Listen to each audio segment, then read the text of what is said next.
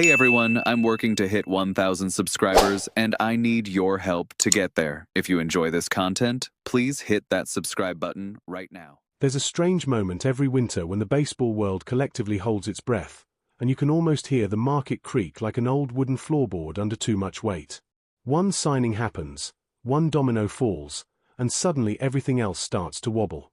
That moment arrived the instant Alex Bregman put pen to paper, because the ripple from that deal didn't just move numbers on a spreadsheet, it shook Bo Bichette's entire future. And right now, whether Blue Jays fans like it or not, Bo is standing in the middle of that storm, waiting to see which way the wind finally blows. Welcome back to the Blue Jays Report, where every rumor has consequences and every silence speaks louder than a press release.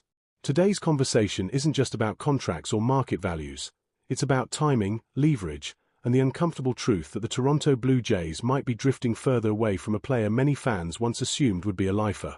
Stick with me on this one, because the story is more layered than it first appears, and the ending is far from written. Let's start with the moment that changed everything. Alex Bregman signing a 5-year, $175 million deal was not just another free agent headline, it was a market setter. A 31-year-old infielder securing an average annual value north of $30 million sends a very loud message to the rest of the league. Inflation is real, elite bats are scarce, and teams are willing to pay for certainty, even if the back end of the deal carries risk. Bregman got his bag, and deservedly so, but his contract immediately reframed the conversation around Bo Bichette. For months, it was always Bregman and Bichette sitting side by side at the top of the infielder food chain.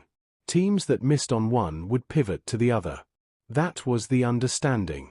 Now Bregman is off the board, and suddenly Bo Bichette isn't just a premium option, he's the premium option. The last truly coveted infielder standing when the music stops. And when that happens, desperation has a habit of creeping into front offices. Take the Boston Red Sox, for example. For a long time, they felt like the most logical landing spot for Bregman. The fit made sense. The need was obvious, and the interest felt genuine. Many people, myself included, assumed Boston would eventually bite the bullet. They didn't. Now they're staring at the same problem with fewer solutions, and according to Bob Nightingale, their attention has snapped right back to Bo Bichette. That's not a coincidence. That's a team realizing it may have miscalculated. What makes this even more interesting is that Boston has been here before with Bo. Earlier in the off-season, reports suggested they had serious discussions, even meetings, before walking away due to the price tag. Bo's camp was reportedly aiming high, possibly in the $300 million range, and Boston balked. But markets are living things. When one door closes, another opens, and when your first choice signs elsewhere, suddenly the second choice doesn't seem so expensive anymore. And yet, while all of this chaos swirls around Bo Bichette, the Toronto Blue Jays have been eerily quiet. Almost uncomfortably so. If you've been following the Blue Jays report closely, you'll know that Toronto's off-season narrative has been dominated by one name and one name only: Kyle Tucker. Every rumor, every whisper, every speculative headline seems to circle back to him. Meanwhile, the Bo Bichette conversation feels like it's been left on read. That silence raises questions. Is it strategic? Is it calculated?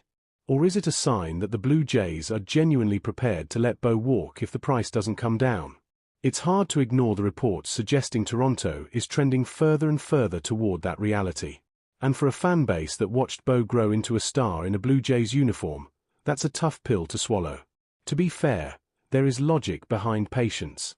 If Bo Bichette truly entered the off-season seeking something close to $300 million, it makes sense for teams, including Toronto, to let the market test that number. Front offices aren't charities. They're risk managers. And committing 9 or 10 years to a player whose value is overwhelmingly tied to his bat, not his glove, is a serious gamble. Defense ages poorly. Legs slow down. The margin for error shrinks with every season. But here's the catch. Once Bregman signed, the leverage shifted. Bo is no longer competing with another elite infielder for attention. He is the attention. Teams like the Yankees, Phillies, Red Sox, and even the Dodgers are still sniffing around, each for their own reasons. The Phillies, in particular, meeting with Bo right now adds another bidder to the table, another voice willing to push the price north if they feel boxed in. This is where timing becomes critical for Toronto. On one hand, jumping in now could mean overpaying in a moment of peak leverage for Bo's camp. On the other hand, waiting too long could mean watching the price climb even higher as more teams circle back out of necessity. It's a delicate balance, and it's not hard to see why the Blue Jays might feel stuck between caution and conviction. When you compare Bo Bichette to Alex Bregman directly, the debate becomes fascinating. Bregman is older, more established defensively, and coming off a long track record of postseason success. Bo is younger, entering what should be his prime years, and offers a bat that can carry an offense for stretches. If you're purely projecting the next 4 or 5 seasons, there's a very real argument that Bo provides more upside. But upside doesn't pay the bills on its own. Teams are also buying the decline years, and that's where hesitation creeps in. Realistically, the Bregman deal likely sets Bo's market closer to the $200 million range than $300 million, unless bidding truly gets out of control. That still represents a massive commitment, but one that many teams could justify for a 28-year-old elite hitter. The question is whether Toronto views that commitment as aligned with their broader plan, especially while they're actively chasing a superstar outfielder in Kyle Tucker. And this is where the story starts to feel like a fork in the road. If the Blue Jays are all in on Tucker, Bo becomes the contingency. A fallback option if Tucker slips away to Los Angeles or New York. Good business dictates that you don't put all your eggs in one basket, especially when sharks are circling. The danger comes if Toronto waits too long on both fronts and finds itself empty-handed. There's also an element of unpredictability that can't be ignored. Bregman signing with the Cubs is a reminder that teams can and will emerge from the shadows. The same could happen with Bo. A surprise bidder, a sudden aggressive offer, and suddenly the entire landscape changes overnight. Toronto knows this. Every front office does. Which makes the current silence even louder. From a fan's perspective, it's unsettling. From a strategic standpoint, it might be calculated restraint. But there's a fine line between discipline and detachment, and the Blue Jays are walking it right now. If they truly have no intention of bringing Bo Bichette back, then that decision should align with landing a player like Tucker.